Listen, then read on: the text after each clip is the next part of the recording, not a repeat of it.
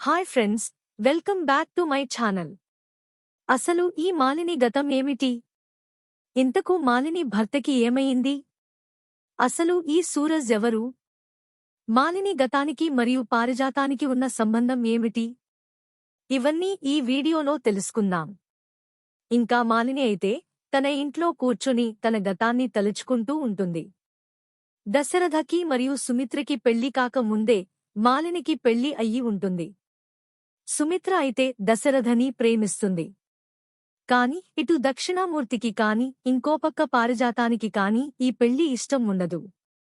దక్షిణామూర్తి అయితే సుమిత్ర తాను చెప్పినవాడినే పెళ్లి చేసుకోవాలి అని చెప్తాడు. అందుకు సుమిత్ర అయితే ఒప్పుకోదు. ఇంకో పక్క పారిజాతమైతే ఎలాగైనా దశరథని చంపేస్తే ఆస్తి మొత్తం తాను మరియు తన కొడుకు అనుభవించవచ్చు అని ప్లాన్ చేస్తుంది. ఈ ప్లాన్ ఎలా అమలు చేయాలా అని ఆలోచిస్తూ ఉంటుంది. అంతలో దశరథ అయితే సుమిత్రని ప్రేమిస్తున్నాడని, కాని సుమిత్ర కుటుంబంలో వారికి ఈ పెళ్లి ఇష్టం లేదని పారిజాతంకి తెలుస్తుంది. ఎలాగైనా దశరథని చంపి ఆ నేరం దక్షిణామూర్తి కుటుంబం మీదకి వెయ్యాలని నిర్ణయించుకుంటుంది. కొంతమంది రౌడీలకు డబ్బులిచ్చి ఎలాగైనా దశరథని చంపమని చెబుతుంది. ఇంకో పక్క దక్షిణామూర్తి ఇంట్లో అందరూ సుమిత్ర గురించి ఆలోచిస్తూ ఉంటారు. దక్షిణామూర్తి కొడుకు మాత్రం సుమిత్రకి నచ్చిన వాడికి ఇచ్చి పెళ్లి చేద్దాం అని అంటదు. కాని దక్షిణామూర్తి అప్పటికే వేరే వాళ్లకి మాట ఇచ్చి ఉండటంతో ఈ పెళ్లికి ఒప్పుకోడు. ఎలాగైనా తను మాట ఇచ్చిన వాడికే ఇచ్చి పెళ్లి చేయాలని అనుకుంటాడు.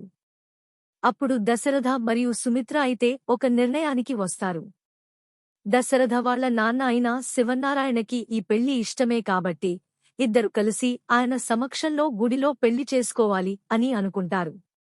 ఈ విషయం తెలుసుకున్న పారిజాతమైతే పెళ్లికి ముందే దశరథని చంపించాలి అని అనుకుంటుంది. రౌడీలకి కూడా విషయం చెప్పి పెళ్లికి ముందే చంపేయమని చెబుతుంది. ఇంకో పక్క ఇంట్లో నుండి సుమిత్ర వెళ్లిపోవడంతో ఎలాగైనా సుమిత్రని తిరిగి తీసుకుని రమ్మనమని దక్షిణామూర్తి తన కొడుకుకి చెబుతాడు. అప్పుడే మాలిని అయితే తాను కడుపుతో ఉన్న విషయం తన భర్తకి చెబుతుంది. తాను చాలా హ్యాపీగా ఫీల్ అవుతాడు. సుమిత్రని కూడా తీసుకుని వచ్చి తన తండ్రి మనసు మార్చి సుమిత్ర ప్రేమించిన దశరథకి ఇచ్చి పెళ్లి చేయాలి అని అనుకుంటాడు. సుమిత్రని తీసుకుని వస్తానని దక్షిణామూర్తికి మరియు మాలినికి చెప్పి సుమిత్రని తీసుకుని రావడానికి వెళ్తాడు. సుమిత్ర మరియు దశరథల కోసం వెతుకుతుండగా వారిద్దరూ రౌడీల నుండి పారిపోతూ కనిపిస్తుంటారు.